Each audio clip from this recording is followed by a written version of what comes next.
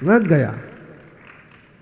मुनि संघ का श्रावकों की भावनाओं का क्या प्रभाव होता है, ये उदाहरण बनते हैं। जब तक वो विधि होना थी वृक्षारोपण की, शांत हो गया, और जैसे ही अपनी अपनी जगह के लिए रवाना हुए, चालू हो गया पानी तुरंत, ऐसे जैसे नल की टोंटी की तरह, एकदम बंद एकदम चालू। यानी सब जीवों के प्रति दया, अभय, गुरुजनों के प्रति बहुमान का ये परिणाम होता है कि हम जैसा चाहते हैं फिर वैसा होने लगता है। सबका भला है। लोग पूछते हैं अक्सर कर प्रश्न कि अगर हम मंदिर में पूजा कर रहे हैं और मुनि संघ का आगमन हो रहा है तो हमारी पूजा करें पहले कि पहले ही हम अभिषेक करें कि पहले मुनिराज को लेने जाएं। और उत्तर में भी अक्सर कह देते हैं कि भाई जो है भगवान तो मंदिर में विराजमान हैं, तो वो तो कहीं नहीं जाएंगे, तुम 10 मिनट आगे पीछे कर लो, लेकिन मुनिराज को लेने जरूर जाओ।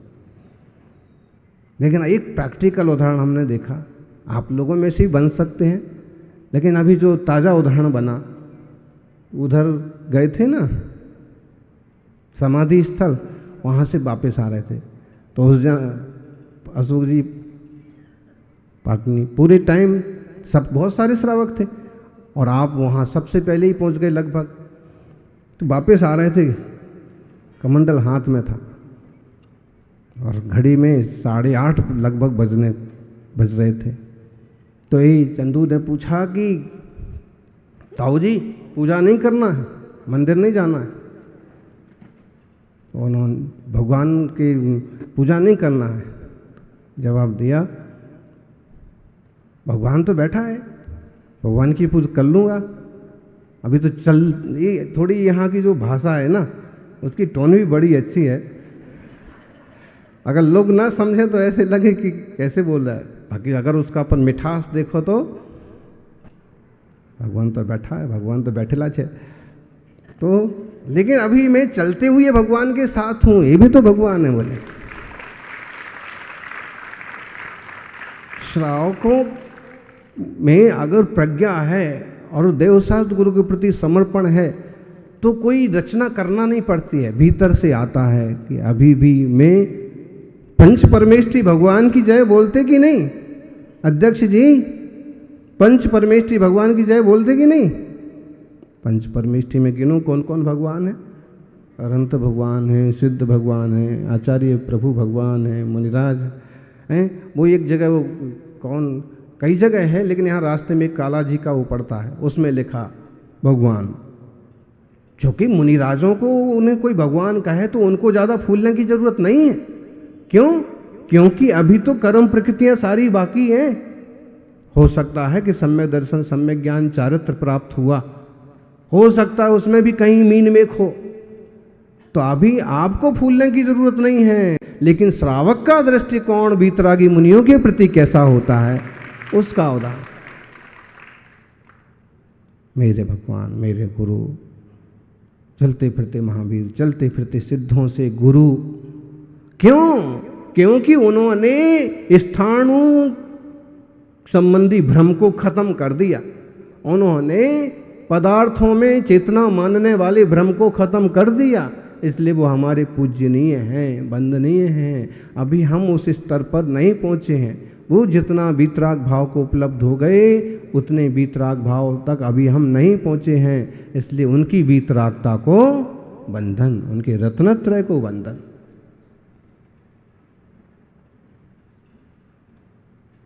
आत्मार्थियों,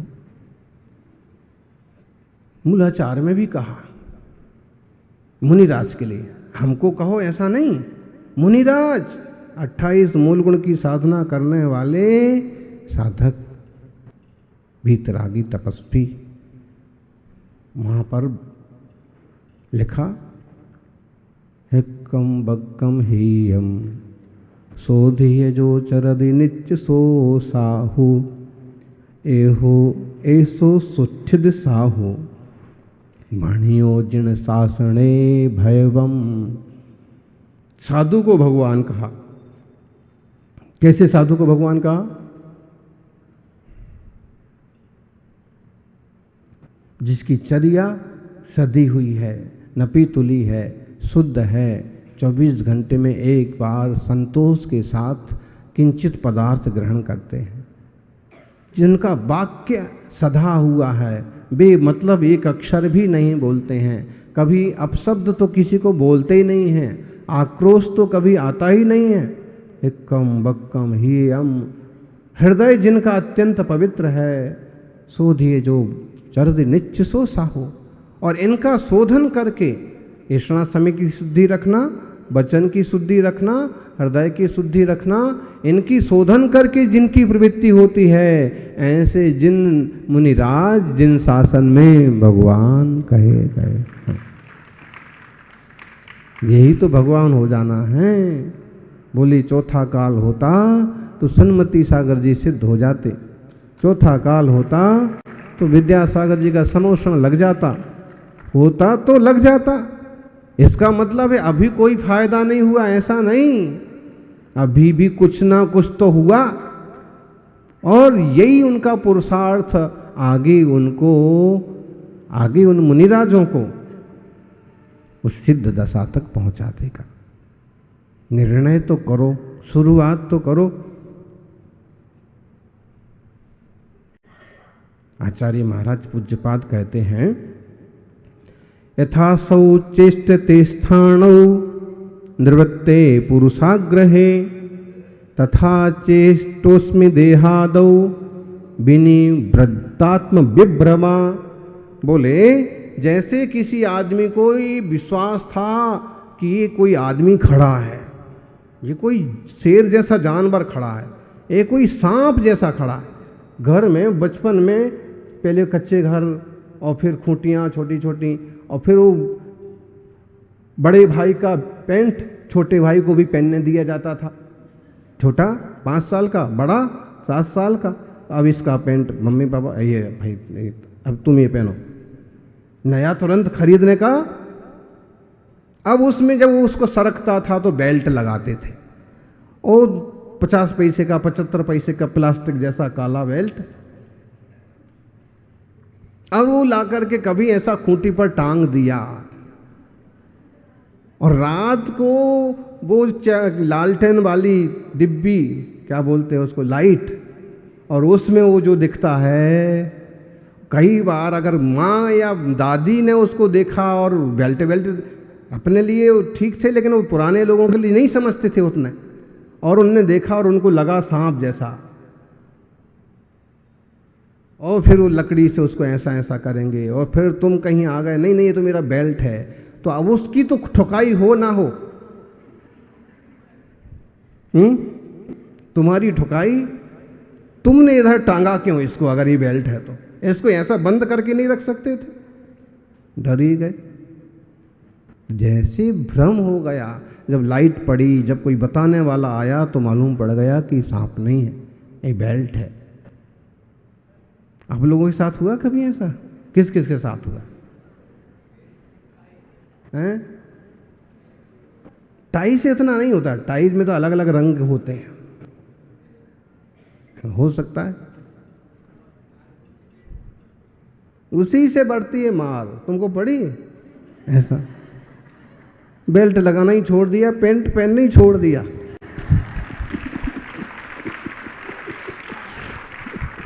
क्या करेंगे?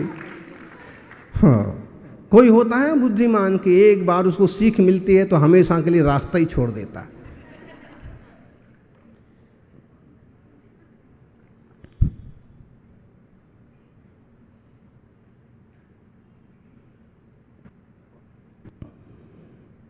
जैसे लाइट पड़ने से समझ में आता है कि ये स्थाणु है, ये बेल्ट है। बोले ऐसे ही यथासौ चेष्टे स्थाणु निर्वृत्ते पुरुषाग्रहे। अभी तक वो लकड़ी के ठूंठ को हम पुरुष मान के बैठे थे, लेकिन जैसे ही निर्णय हुआ कि पुरुष नहीं है तो हम ठूंठ मान लेते हैं।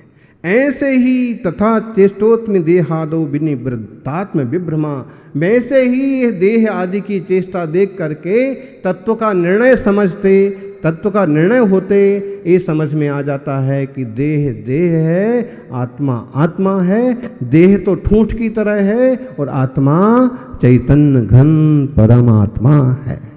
और जब तक देह को देह और जीव को जीव मानने की पूरी परिपक्व भावना ना हो जाए तब तक ही सब है। और ये समझ में आया, ढेर सारी समस्याएं तो यूं खत्म हो जाती। जो होगा सो होगा, मैं अपने पुरुषार्थ कर रहा हूं, मैं अपना कर्तव्य कर रहा हूं, फिर जो होना होगा सो होगा।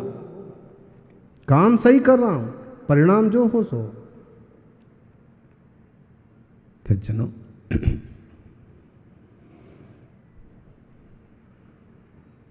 एक आदमी बड़ा बड़ा सपना देख रहा है। सपने में क्या क्या नहीं देखते हैं लोग। हमारे एक महाराज आए और कहने लगे, सपने में क्या देखा? अंतरा हो गया तो फिर क्या देखा सपने में? हाँ, इनका पूरा अंतराय हो गया। फिर वो दूसरे दिन सुबह सुनाया कि मेरे रात में सपना आया। क्या सपना आया? वो अंतराय वाले को क्या सपना आएगा बताओ? पूरा अंतराय हो, पूरा उपास हो तो क्या सपना आएगा? तो इनको सपना आया कि मैं अंतराय में जैसे तैसे उठ करके और महाराज जी के, बड़े महाराज जी के दर्शन को आया हूँ। बड़े महाराज के एप्पल के पास बड़े महाराज की टेबल के पास एक एप्पल रखा बढ़िया। और क्या दिखेगा?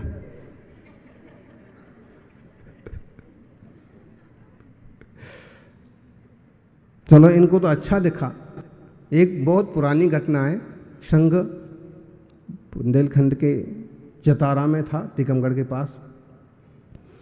गुरुदेव जी विराजमान थे, संघ में माता जी थे। एक माता जी थी सुबुद्धिमती, वो आई और महाराज जी को कहा मेरे को प्रायश्चित दे दो। महाराज ने किस बात का प्रायश्चित? मैंने रात को खराब सपना देखा। क्या सपना देखा? खा लिया। क्या खा लिया? तो रात को मैंने सपने में दाल रोटी खाई। आचार्य महाराज, तुम्हारा दिमाग खराब है, सपने में ही खाना था तो कचौरी खाना थी, समोसा खाना था, दाल रोटी खाई। चलो 5 माला फेरो।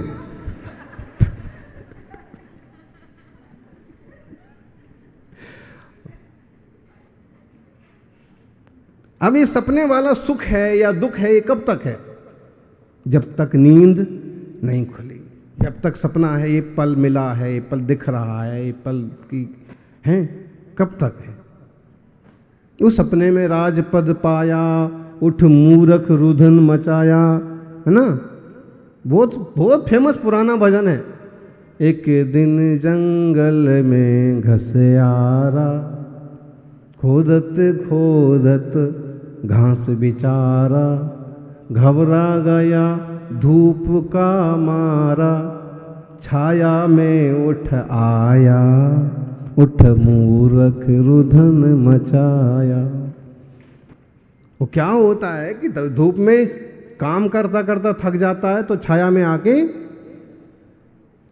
और फिर सपना देखता है। क्या सपना देखता है? ऐसा आलीशान महल है, ऐसा आलीशान झूमर लगे हुए हैं, इतने पंखे लगे, कितने 100 तो पंखे लगे होंगे, इतने पंखे लगे हुए हैं, ऐसी सजावट है, सब चीज़ें हैं एकदम राजमहल की तरह, सब देखता है। फिर उसके बाद आज तक शादी नहीं हुई थी बेचारे की, फिर रानियां भी हैं, फिर राजकुमार भी हैं, मंत्री संतरी भी हैं, सब हिसाब किताब में खोया हुआ है, ऑर्डर चला रहा है। इतने में